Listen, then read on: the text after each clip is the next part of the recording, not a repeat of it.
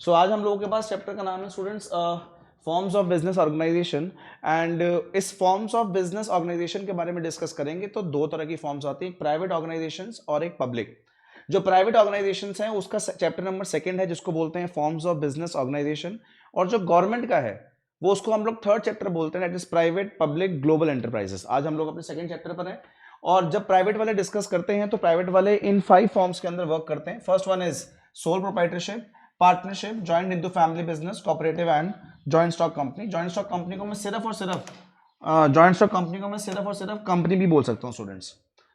सबसे पहले मेरे पास आता है सोल प्रोप्राइटरशिप। क्या आता है बच्चे? Sole proprietorship. सोल का मतलब क्या होता है कुणाल सर? सोल का मतलब होता है only, and proprietor refers to the owner. इसका मतलब स्टूडेंट, इसका मतलब हो गया सोल ओनर। इंडिविजुअल सिर्फ यही होगा, sole owner. Hence a sole proprietor is the one who is only the owner of the business. Sole proprietorship refers to a form of business organization which is owned, managed, control. तीन word, owned, manage, control. Own manage control एक ही इंसान करता है बच्चों, उसको हम लोग बोलते हैं सोल प्रोप्राइटर। सोल प्रोप्राइटर के कुछ फीचर्स है, जैसे कि मेरे पास फर्स्ट फीचर आता है that is formation and closure. That means it is very easy to form and easy to close the sole proprietor business. Second one is liability. आप लोगों को शायद से पता होगा, लायबिलिटी होती है अनलिमिटेड। जो बिजनेस का है वो सोल प्रोप्राइटर का है, और जो प्रोप्राइटर का है वो बिजनेस का है। There is no separate legal entity. इसका मतलब unlimited liability. Sole risk bearer, अगर सारा रिस्क मेरा है तो सारा प्रॉफिट भी मेरा ही होगा। No separate legal entity. Lack of business continuity.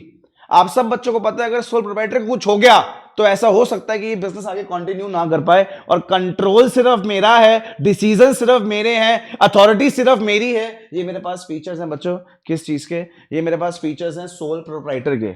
Sole proprietor के अंदर आप लोगों के पास फर्स्ट फीचर आता है formation and closure, second feature आ रहा है liability, third sole risk bearer and profit recipient, control, no separate entity and lack of business continuity. Demerits क्या है sir? First demerit that there is a limited resource. कौन सा resource है भाई? Limited resource का मतलब होता है कि हमारे पास, ऑब्वियस सी बात है बच्चों, पार्टनरशिप में लोग एक से ज्यादा मिल जाते हैं, कंपनी के अंदर सारे शेयर होल्डर्स होते हैं। इसका मतलब सोल का मतलब तो अकेला ही होगा। अगर अकेला हो गया तो उसके पास जो पैसों की अवेलेबिलिटी है वो भी बहुत कम होगी। That is known as limited resources. Second, limited life of business. उसको कुछ हो गया, बिजनेस भी चला गया। The sole proprietor business is owned and controlled by one person, so death, insanity, imprisonment, physical alignment, कुछ भी हो जाए बिजनेस को रिस्क है। Third, unlimited liability. आपको बता चुका हूं, जो बिजनेस का है वो ओनर का है, जो ओनर का है वो बिजनेस का है। Limited managerial ability. Financial activities को मैनेज करने के लिए फाइनेंशियल मैनेजमेंट चाहिए। मार्केटिंग एक्टिविटीज को मैनेज करने के लिए मार्केटिंग मैनेजमेंट चाहिए। जैसी जैसी एक्टिविटीज होती हैं वैसी वैसी मैनेजमेंट चाहिए। हर एक इंसान ना सिर्फ एक ही काम में स्पेशलाइज होता है। अब सोल लूं मैं तो मैं स्पेशलाइज सिर्फ किसी एक चीज में होऊंगा, सारी चीजों से संभाल लूंगा, फाइनेंस भी संभाल लूंगा, मार्केटिंग भी संभाल लूंगा, सब नहीं संभाल सकते। अच्छा, दो पार्टनर होते हैं तो वो उसमें स्पेशलाइज है, वो उसमें स्पेशलाइज्ड है। एक बढ़िया काउंसलिंग करता है, एक बढ़िया फाइनेंस देखता है, तो ये हो सकता है। कंपनी है तो और बहुत सारे लोग हैं, बोर्ड ऑफ डायरेक्टर्स हैं। अरे सोल में सिर्फ एक दिमाग है बार, और जब एक ही दिमाग है तो शायद से ऐसा हो सकता है कि जो मैनेजरियल एबिलिटीज हो वो थोड़ी सी वीक हो या ना हो। तो आप लोगों के ने अभी मेरे साथ पढ़ा था that is features of sole proprietor and उसके डीमेरिट्स। नेक्स्ट मेरे पास आ गया joint family business. It is one of the oldest form of business organization in the country. It refers to the form of organization where business is owned and carried on by members of Hindu undivided family. It is governed by Hindu law. कौन चलाता है इसे? Hindu law. The basis of membership in the business is birth in a participation of family and 3 successive generation can be a member of business. The business is controlled by the head of the family which is called कर्ता, और कर्ता के साथ के जितने members हैं family के उनको बोलते हैं को पार्टनर्स। अगर हम लोग बात करेंगे हिंदू अनडिवाइड फैमिली की, तो हिंदू अनडिवाइड फैमिली के फॉर्म्स को दो तरह पार्ट्स में डिवाइड किया। एक है दया भागा और एक है मिताक्षरा। दया भागा में both male and female member of the family can be a co-partner. This system prevails only in West Bengal, Assam and some parts of Odisha. Both can be a member or a co-partner in the Hindu undivided family. But according to Mitakshara, जो कि all over India में है, Under this system, only the male member of the family can become a co-partner. This system prevails all over India. So that means there are two types of Hindu undivided family, that is Dayabhaga and Mitakshara. Dayabhaga both male and female, Mitakshara only male. Merits of sole proprietorship, आप लोगों का merits रह गया होगा, quick decision making. Yes, अकेला है, मुझे किसी से पूछना नहीं है। मेरा अगर पार्टनर होता और मेरा पार्टनर गोवा घूमने चला गया, अगर कोई इंपॉर्टेंट डिसीजन लेना तो पहले उससे पूछना पड़ता, यहां नहीं पूछना। कॉन्फिडेंशियली ऑफ इंफॉर्मेशन कोई शेयर ही नहीं करनी। मैक्सिमम सोल प्रोप्राइटरशिप को आपको एक और बात बता देता हूं, सोल प्रोप्राइटर को सिर्फ और सिर्फ अपनी इनकम टैक्स रिटर्न फाइल करना होता है, आईटीआर पे करना होता है। जितना वो इनकम टैक्स रिटर्न करते हैं उसके हिसाब से आप उनको टैक्स चार्ज हो जाता है। कभी भी लोगों को अपनी बैलेंस शीट शो करने की रिक्वायरमेंट नहीं है, न्यूज़पेपर में आपकी बैलेंस शीट पब्लिश करने की रिक्वायरमेंट नहीं है, लोगों को बताने की जरूरत नहीं है, आप तक रहेगी, गवर्नमेंट तक बात रहेगी। ये सोल प्रोप्राइटर की बात कर रहा हूं जो आप लोगों से। डायरेक्ट इंसेंटिव, तू जितना ज्यादा मेहनत करेगा तो ये फायदा भी तुझे ही मिलेगा और किसी को नहीं मिलेगा जी। Sense of accomplishment, sole proprietor है भाई, अपना खुद का बिजनेस रन कर रहा है, मोटिवेशन आती है, इंकरेजमेंट आती है कि कुछ बढ़िया ही कर रहा हूं भाई मैं। Next, ease of formation and closure.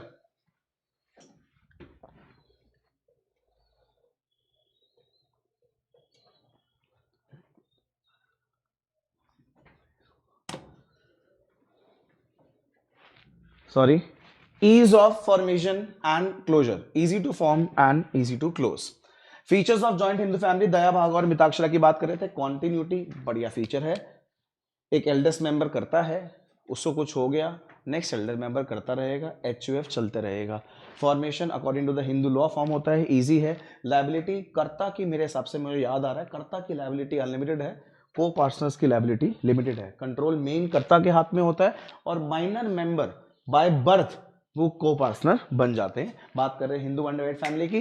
First feature है मेरे पास formation, HUF Hindu undivided family के लिए हिंदू लॉ बना था। लायबिलिटी बोलेंगे तो कर्ता की is limited to their share of को, अच्छा लायबिलिटी ऑफ मेंबर एक्सेप्ट कर्ता, कर्ता को छोड़ गया तो इसका मतलब सही बात है, कर्ता की लायबिलिटी अनलिमिटेड है और को पार्टनर की लायबिलिटी लिमिटेड। कंट्रोल भाई फैमिली में कर्ता का ही होगा, he takes all the decision and is authorized to manage the business, okay done। Minor member by birth, minor member इसका पार्टनर बन जाता है, को पार्टनर बन जाता है। The inclusion of an individual into the business occurs with the birth, okay. Continuity में कोई प्रॉब्लम नहीं है, डेथ हो जाए, कुछ हो जाए, इंसैनिटी हो जाए, नेक्स्ट एल्डेस्ट मेंबर कर्ता बन जाएगा। नेक्स्ट मेरे पास मेरिट्स है, इफेक्टिव कंट्रोल है, जब एक ही इंसान कंट्रोल करता है, बाकी लोगों का दिमाग नहीं चल रहा भाई, कोई कॉन्फ्लिक्ट्स नहीं हो रहे। याद है ना आपको, जब डिसीजन लेने में ना 2-3-4 लोग इन्वॉल्व हो, तेरा भी डिसीजन इंपॉर्टेंट हो, मेरा भी डिसीजन इंपॉर्टेंट हो, तो भाई फिर ना प्रॉब्लम्स आती हैं। हर एक इंसान ना एक माइंड का नहीं होता, तो इसलिए जब डिसीजन लिया जाता है तो कॉन्फ्लिक्ट्स क्रिएट नहीं होता। क्यों नहीं होता? क्योंकि डिसीजन लेने वाला ही सिर्फ एक है। वेरी गुड जी। Effective control, continued business existence, अगर एक कुछ को करता हो, कुछ हो गया, नेक्स्ट एल्डेस्ट मेंबर करता बन जाएगा। Limited liability of the member, सिर्फ एक करता अगर सारा डिसीजन ले रहा है तो उसकी लायबिलिटी अनलिमिटेड है। अगर बाकी सारे डिसीजन लेने में की इन्वॉल्वमेंट नहीं है तो उनकी लायबिलिटी भी फिर लिमिटेड ही है। फायदा है, अच्छी बात है। Increase loyalty and cooperation, family है, इसमें डिस्कस करते हैं। देखो बाकी मैं इतनी सारी चीजें डिस्कस नहीं करना चाहता, बट यस ये बात कंफर्म्ड है कि अगर फैमिली इन्वॉल्व है तो कहीं ना कहीं बहुत सारे लोगों से बेटर भी हो सकते हैं, इसलिए लॉयल्टी मेंटेन रहती है एचयूएफ बिजनेस में। Since the business is run by the member of the family there is a greater sense of loyalty towards one another. Next, demerits क्या है सर? लिमिटेड रिसोर्स हैं, एक ही फैमिली है, एक ही source of income है, तो as compare to the company में sir कितने सारे लाखों शेयर होल्डर होते हैं, हर एक इंसान अपना पैसा कंट्रीब्यूट कर रहा होता है। हाँ एक ही फैमिली है, जितना है कर दिया, limited as compare to the company, limited resource है। डोमिनेंस ऑफ करता, क्या पता करता मोस्टली अपनी एक्टिविटी सिर्फ अपने पर्सनल बेनिफिट के लिए करता हो, क्या वो करता कैसे इसी किसी और इंडल्ज हो गया हो किसी और अलग एक्टिविटीज के अंदर। अनलिमिटेड लायबिलिटी ऑफ करता, अगर करता ही सब डिसीजन ले रहा है तो करता की लायबिलिटी ही अनलिमिटेड है, बाकी सबकी लायबिलिटी मेरे पास लिमिटेड है। लिमिटेड मैनेजर स्किल, अब करता ही सब कुछ मैनेज कर रहा है, अगर करता ही सब कुछ मैनेज करेगा तो भाई है तो वो एक ही इंसान है। और जैसे मैंने तो कभी प्रीवियस पॉइंट में समझाया है भाई, 50 तरह की मैनेजमेंट होती है, जितने काम उतनी मैनेजमेंट होती है। आज के हिसाब से ना हर एक इंसान के कोर्सेज बन गए, hotel management, house hold management, financial management, marketing management, business, तू काम बोलना मैं आगे मैनेजमेंट लगा दूंगा।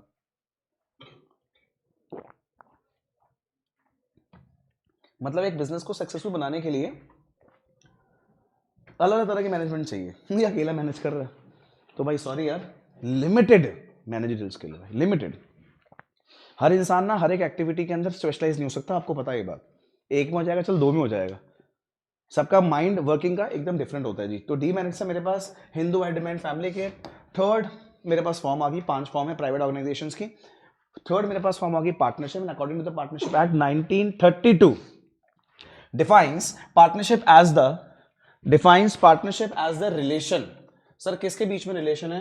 Defines partnership as the relation between the persons and who have agreed to share the profit. 2 लोगों के बीच में, 4 लोगों के, 50 लोगों के बीच में जिन्होंने वादा किया है कि वो अपना प्रॉफिट और लॉस आपस में शेयर कर देंगे, और एक के बिहाफ पे या तो मैं आऊंगा या तो ये चल आ जाएगा मेरे बिहाफ पे, या तो ये भी रिएक्ट कर सकता है। 2 लोगों के 50 लोगों। फीचर्स फॉर्मुलेशन, ये फॉर्म होता है 2 लोगों के बीच में, 2 और more person to do business and share its profit and losses. The agreement becomes the basis of relationship between the parties. It is not necessary that such agreement is in written form. ये students हम लोगों ने कई बार पढ़ा हुआ है कि जो पार्टनरशिप है जरूरी नहीं है कि वो सिर्फ रिटन फॉर्म में हो, वो आप लोगों के पास ओरल एग्रीमेंट भी हो सकता है, बट आगे जाके इसकी बहुत सारी लिमिटेशंस आती है, वो बाद में बात कर लेंगे। And oral agreement is equally valid, but in order to avoid the disputes in the future, it is preferred that the partners have a second liability. जो पार्टनर्स की लायबिलिटी अनलिमिटेड होती है, सबकी लायबिलिटी अनलिमिटेड है। Personal assets may be use for repaying the debts in case of business credits. अगर business को loss हो जाता है, जो भी एसेट्स होंगे और पर्सनल एसेट्स होंगे जो पार्टनर्स के, वो भी ले लिए जाएंगे। रिस्क बेयरिंग, अब वो डिपेंड करता है मेरे हिसाब से, तो अगर जनरल बात करते हैं तो सबके रिस्क इक्वल होते हैं, बट क्या पता अगर मैं किसी को पार्टनरशिप में लेके आ रहा हूँ, उसका बहुत बड़ी गुडविल है, मुझे उसकी सिर्फ गुडविल चाहिए, तो मैं बोल रहा हूँ कि भाई एक काम कर, तू मेरे बिजनेस में आ जा, तेरा रिस्क कम मेरा रिस्क ज्यादा, चल तू आ। तो क्या पता मेरा 70% रिस्क हो, 30% हो। तो एग्रीड रेशियो के ऊपर डिपेंड है अगर एग्रीमेंट बनाओ। अगर जनरल बात करो तो इक्वल रिस्क होता है भाई। देखना, the partners bear the risk involved in running a business as a team. हाँ, the reward in the form of the reward in the form of profit which are shared by the partners in agreed ratio, जैसे आपको मैं बता रहा था। और अगर ratio agreed नहीं हुई तब इक्वल रिस्क है भाई पार्टनरशिप के अंदर। डिसीजन मेकिंग एंड कंट्रोल, मैंने आपको पहले बता चुका हूं, एक म्यूचुअल रिलेशनशिप होता है इसके अंदर। हम 10 पार्टनर हैं, क्या पता हम 9 पार्टनर के बिहाफ पे वो अकेला डिसीजन ले लेता है। इसके अंदर पार्टनर प्रिंसिपल भी होता है और पार्टनर एजेंट भी होता है, जिसको हम लोग बोलते हैं म्यूचुअल एजेंसी। जब देखते हैं एक बार please. The partners some share amongst themselves the responsibility of decision making and control day-to-day activities. Thus, the activities of a partner firm are managed through the joint efforts of all the partner. Continuity maintain नहीं रहेगी। अगर 10 लोगों की partnership, अगर किसी एक partner को भी कुछ हो गया तो वो पार्टनरशिप वहीं पर एंड हो गया, नई पार्टनरशिप स्टार्ट करनी पड़ेगी।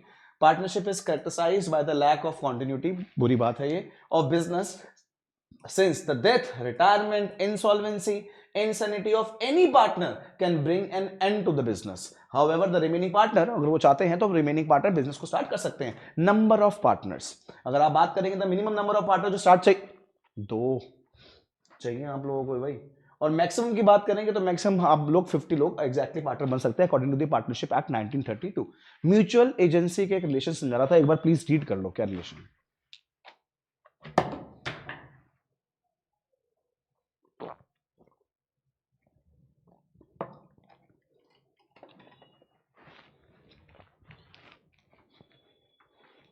The business of partnership concern may be carried on by all,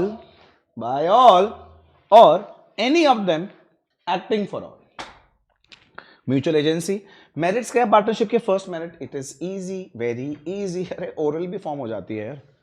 अब कोई चीज अगर ओरली भी फॉर्म हो रही है तो ऑटोमेटिकली वो इजी ही है।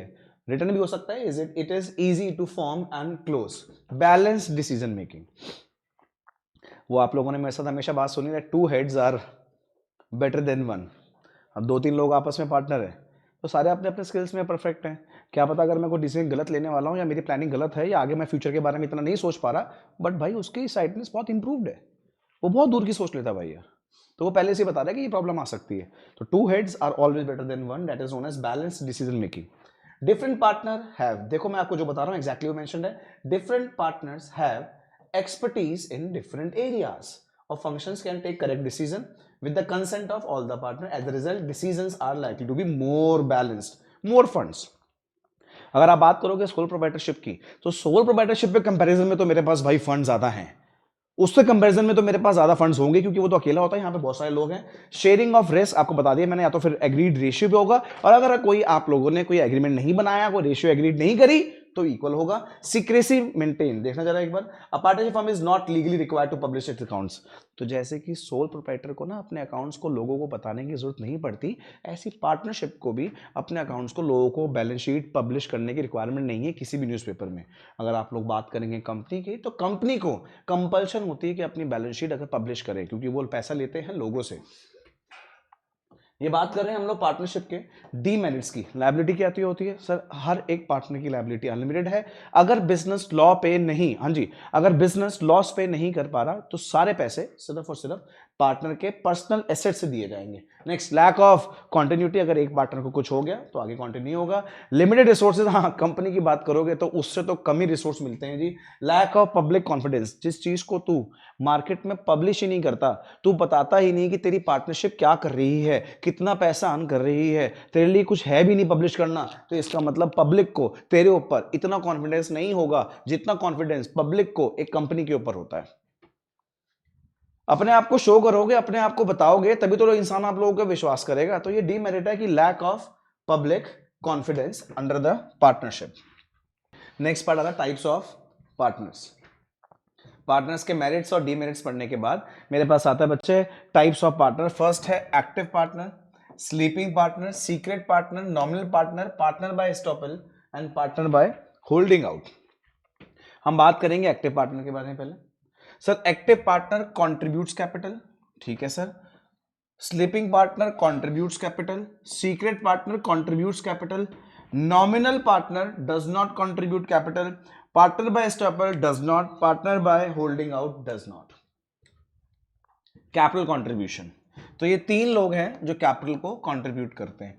अब कैपिटल कंट्रीब्यूट करते हैं, ये मैनेजमेंट में पार्टिसिपेट भी करते हैं। स्लीपिंग है, सो रहा है भाई, मैनेजर पार्टिसिपेट नहीं करता। सीक्रेट पार्टनर है, ये भी करता है बट सीक्रेटली करता है। स्लीपिंग दैट मीन्स उसने बोला कि मैं आऊंगा जाऊंगा नहीं भाई, मैं पार्टनर हूं। हाँ भाई, पैसा भी दे रहा हूं, मैं क्या हूं? पार्टनर। और अगर पैसा दे रहा हूं तो भाई प्रॉफिट तो शेयर करूंगा।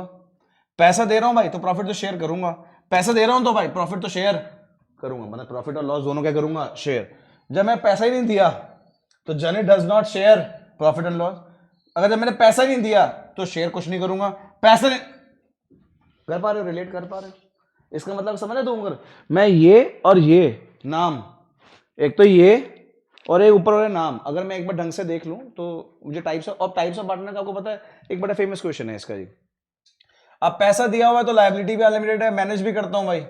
पैसा दिया भाई, लायबिलिटी मेरे पास अनलिमिटेड है, पैसा दिया लायबिलिटी अनलिमिटेड है। नॉमिनल पार्टनर ना पैसा दिया, ना मैनेजमेंट में पार्टिसिपेट करता है, ना प्रॉफिट शेयर करता है, बट तब भी लायबिलिटी अनलिमिटेड है भाई। यार बोल दिया होगा दुनिया के सामने कुछ, हाँ हाँ ये मेरा भाई मेरा पार्टनर है, कुछ होगी बात ऐसी, ठीक है। बाकी भाई यहां पे भी इसने मना नहीं करा होगा ना, ऐसे नहीं करा होगा भाई। तो ये वो वाले पार्टनर हैं जो अपने मुंह से नहीं बोलते बट उनके वर्ड्स, उनके एक्शन बताते हैं कि हाँ वो पार्टनर है, या तो मना करना चाहिए था। तो इसकी लायबिलिटी, इसका मतलब अगर लायबिलिटी देखी जाएगी और अगर पार्टनर बोल दिया और लायबिलिटी देखी जाएगी तो सबकी लायबिलिटी कैसी होगी स्टूडेंट्स? अनलिमिटेड। एक्टिव पार्टनर कर लिया जी, sleeping partner, secret partner, nominal. सबसे पहले नॉमिनल, वो तीन तो चल जाएंगे। सबसे पहले nominal. A nominal partner allows the use of his और नेम, मैंने खुद अलाउ किया है, बोला है कि मेरा नाम यूज कर लियो। Name by a firm but does not contributes any capital, does not take any part in the management. हाँ सर, ये तो बोल रहा था मैं, बिल्कुल सही बात है। He does not share its profit and loss भी नहीं, but it's liable like other partners to the third parties for the repayments of the firm's debt। ना मैंने कोई पैसा दिया, ना मेरा कोई मैनेजमेंट में रोल है, ना मैं प्रॉफिट और लॉस शेयर कर रहा हूं, बट हां अगर कभी बाद में कुछ प्रॉब्लम हो जाती है थर्ड पार्टी के लिए तो मेरी लायबिलिटी है, क्योंकि मैंने खुद बोला था कि तू मेरा नाम यूज कर ले। Partner by holding out, a person who is not a partner in a firm but knowingly allow himself herself to represent or a partner in a firm is known as partner by holding out। तो exactly same तो हुआ, वही बात तो हुई। such a person becomes liable to outsiders for the credit payment of any debts which have been extended to the firms on the basis of such representation। in case he is not really a partner and wants to save himself from such liability, he should immediately issue a denial। ना भाई, मैं इसका partner नहीं हूं, तुझे ये बोलना चाहिए था। Next, partner by estoppel out. A person is considered a partner by estoppel if through his or her initiative, conduct or behavior he or she gives an impression to other that he is she is a partner. मतलब ये मुझसे पूछ रहा है, ये मुझसे बात कर रहा है, कह रहा है कि हाँ ये आपके पार्टनर है, मैं स्माइल कर रहा हूं, मतलब नहीं है तो मना कर दे। मतलब अपने ऐसी बिहेवियर से, अपने रिप्रेजेंटेशन से तो ये बात इंडिकेट करना चाहता है कि हाँ भाई मैं मना नहीं कर रहा, हाँ मैं पार्टनर हूं। तो यहां पर क्या होता है सर, वो अलाउ करता है, हाँ हाँ बताया जाता है जी, सेम है, ऑलमोस्ट सेम। तो पार्टनर्स के नाम बोलेंगे जी। फर्स्ट मेरे पास पार्टनर कौन सा है, फर्स्ट कौन सा पार्टनर है, active partner. Second sleeping, third secret, fourth nominal, fifth partner by estoppel and sixth partner by holding out. Types of partnership, अभी आपने पढ़ा था टाइप्स ऑफ पार्टनर, अभी देखा था टाइप्स ऑफ पार्टनर, अब आप लोग देख रहे हैं टाइप्स ऑफ पार्टनरशिप। और पार्टनरशिप के टाइप्स की बात करेंगे तो ये बात होती है ड्यूरेशन के बेसिस पर और लायबिलिटी के बेसिस पर। ड्यूरेशन के बेसिस पर there are two types of partnership, partnership at will, जब तेरा मन करे तब तक है पार्टनरशिप, और पर्टिकुलर पार्टनरशिप, एक पर्टिकुलर काम के लिए पार्टनरशिप है, काम खत्म पार्टनरशिप खत्म। लायबिलिटी के बेसिस पर पार्टनरशिप है जनरल लायबिलिटी, इसका मतलब सबकी लायबिलिटी इक्वल है, अनलिमिटेड होगी। यहां पर आती है लिमिटेड पार्टनरशिप, जिसका मतलब किसी एक इंसान की लायबिलिटी अनलिमिटेड होगी, बाकी सबकी लिमिटेड लायबिलिटी भी हो सकती है। पार्टनरशिप एट विल, जब तक आपका मन है तब तक पार्टनरशिप है, it can continue as long as the partners want. Second particular partnership, एक पर्टिकुलर टास्क के लिए हम लोग पार्टनर हैं, टास्क खत्म पार्टनरशिप खत्म। Partnership formed for the accomplishment of particular project, like construction of building बनानी थी और any activity to be carried, कुछ भी काम हो तो फॉर अ स्पेसिफिक टाइम, काम खत्म पार्टनरशिप खत्म। नेक्स्ट जनरल पार्टनरशिप, यहाँ पे सबकी लायबिलिटी ऑलमोस्ट अनलिमिटेड होती है। Registration of partnership form is optional, आपको रजिस्टर करवाना है पार्टनरशिप, नहीं तो ओरली बन सकती है। लिमिटेड लायबिलिटी के अंदर the liability of at least one partner is unlimited, whereas the rest may have the limited liability. तो एक पार्टनर की लायबिलिटी आपके पास अनलिमिटेड भी होती है और एक पार्टनर की लायबिलिटी आप लोगों के पास लिमिटेड भी है। Students, partnership deed, partnership deed के बारे में डिस्कस कर रहे हैं। पार्टनरशिप डीड क्या होती है सर, वो आप कह रहे थे ना कि ओरल भी चल सकती है। अगर आप ओरली पार्टनरशिप को रन नहीं करते, अगर आप कहते हैं कि रिटन एग्रीमेंट कराना है, उस एग्रीमेंट को ही स्टूडेंट्स पार्टनरशिप डीड का नाम दिया जाता है, जिसके यहाँ सारे clauses, rules and regulation, behaviours, current situations, future generation, सब कुछ मेंशन होता है, सारी चीजें एग्री करी जाती हैं। अगर किसी एक पार्टनर को कुछ अपनी तरफ से पॉइंट्स ऐड करने तो वो पॉइंट्स ऐड भी करा सकते हैं, कोई नई चीज हटानी है तो आप हटा भी सकते हैं। म्यूचुअल एग्रीमेंट के थ्रू सब लिखवाया जाता है और पार्टनरशिप को फॉर्म किया जाता है। पार्टनरशिप डीड जनरली इंक्लूड्स, क्या क्या इंक्लूड होता है इसके अंदर, first one is name of the firm include होता है। सेकंड, नेचर क्या है बिजनेस का, कब तक के लिए बने हो, लिमिटेड के लिए बने हो या फिर अनलिमिटेड के लिए, इन्वेस्टमेंट कितनी करी है, प्रॉफिट लॉस में शेयर कितना है, कभी कोई डिस्प्यूट होता है तो उसको कैसे सॉल्व किया जाएगा, कभी बिजनेस को बंद करना हो तो वो बंद कैसे किया जाएगा, interest on capital, interest on drawings कितनी होगी, अगर एक पार्टनर ने अपना ही पैसा इन्वेस्ट किया हुआ है तो उसको कितना पैसा मिलेगा, सैलरीज कितनी विड्रॉ करेंगे पार्टनर, ड्यूटीज और ऑब्लिगेशंस क्या होंगी पार्टनरशिप की या पार्टनर्स की, ये सारी चीजें सिर्फ किसके बारे में मेंशन होती है, ये सारी बातें मेंशन है पार्टनरशिप डीड के अंदर जी। नेक्स्ट आप लोगों के पास आता है रजिस्ट्रेशन। आप जाओ, पार्टनरशिप डीड बना ली है, आप जाओ गवर्नमेंट को फीस पे करो, गवर्नमेंट आपकी डीड को अपने रजिस्टर के ऊपर मेंशन कर लेगी, उसको बोलते हैं रजिस्टर हो जाना। इसका मतलब उसके अंदर अब जो लिखा हुआ है वो लीगली वैलिड है, वो आपके पास भी होगी, पेपर आपके घर पे ही होगा पेपर, और वही पेपर गवर्नमेंट के पास भी है, मतलब गवर्नमेंट के रजिस्टर पर वो पेपर चढ़ चुका है। इसका मतलब ये एक ऐसी किताब है, एक ऐसा रजिस्टर है कि इसके ऊपर जो लिखा गया अब वो ही वैलिड है। और अगर कुछ उसमें दिक्कत आती है फ्यूचर में गवर्नमेंट ही देखेगी, डिपार्टमेंट्स ही देखेंगे, जो अथॉरिटी बनी हुई है लोगों को मैनेज करने के लिए वही देखेगी, तभी फीस दी जाती है। समझो, थोड़ा रिलेट करो कि मतलब क्या होता है रजिस्ट्रेशन का। Registration of a partnership firm means entering the firm name along with the relevant prescribed particulars in the register. हाँ जी, in the register of firms kept with the registrar of firms. Partnership provides conclusive क्या देते हैं, proof कि हाँ ये partnership exist करती है, it is optional for a partnership firm, आपको पता है ये ऑप्शनल है, आप एक ओरल पार्टनरशिप को भी रन कर सकते हैं। कॉन्सिक्वेंस क्या है, अगर मैं भाई के साथ पार्टनरशिप कर लेता हूं तो क्या क्या कॉन्सिक्वेंस आ सकते हैं मेरे पास। A partner of unregistered firm can not file a suit against the firm और अदर पार्टनर। अब ये मेरे साथ कुछ धोखा कर रहा है, मैं इसके ऊपर केस तक फाइल नहीं कर सकता।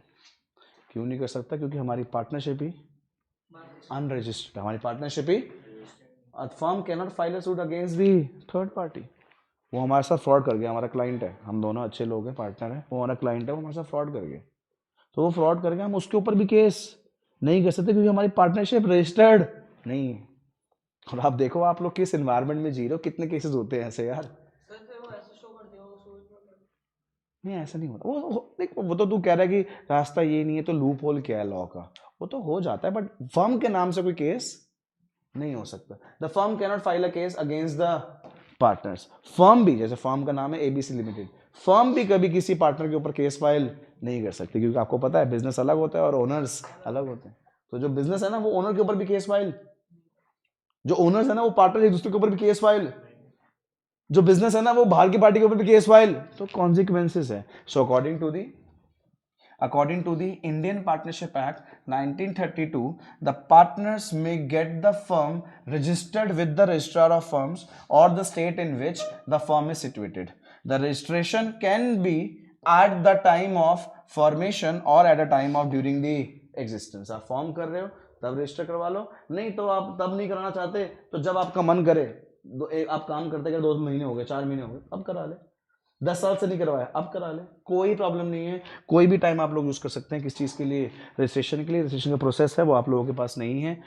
ये मेरे पास आती है cooperative society, second last form of business organisation. इसके अंदर सिर्फ आप लोगों ने डिफरेंट डिफरेंट टाइप्स के कोऑपरेटिव्स पढ़ने होते हैं। Housing cooperative society, farmers cooperative society, producers cooperative society. Cooperative society form करी जाती है मेंबर्स के थ्रू, हर एक मेंबर का 1 वोट 1 राइट होता है। इसके अंदर मिनिमम मैक्सिमम करके 10 मेंबर्स लिए जाते हैं जो सिर्फ और सिर्फ लोगों के वेलफेयर के लिए वर्क करती हैं। इसका मतलब इस कोऑपरेटिव सोसाइटी को पैसा तो चाहिए, बट ये पैसा लगाती हैं हमको बेनिफिट, जिस सोसाइटी के लोग होंगे उन लोगों को, जो मेंबर्स होंगे उन लोगों को बेनिफिट्स पहुंचाने के लिए, उनको किसी हार्म से बचाने के लिए कोऑपरेटिव सोसाइटी काम करती है जी। बट कोऑपरेटिव सोसाइटी के अंदर सिर्फ और सिर्फ एक बात है, कभी भी वो प्रॉफिट अर्न करने के लिए नहीं, अगर पैसा ज़्यादा आ भी गया तो वो बेनिफिट्स में लगाएंगे, वो भी सोसाइटी के मेंबर्स के लिए जी। तो मेरे पास जो फर्स्ट फॉर्म है वो है सोल प्रोप्राइटरशिप, सेकंड फॉर्म है मेरे पास पार्टनरशिप, थर्ड फॉर्म है मेरे पास हिंदू अनडिवाइडेड फैमिली, फोर्थ है मेरे पास कोऑपरेटिव और फिफ्थ है मेरे पास कंपनी। आज हम लोग सिर्फ और सिर्फ कोऑपरेटिव तक कवर कर रहे हैं। Thank you.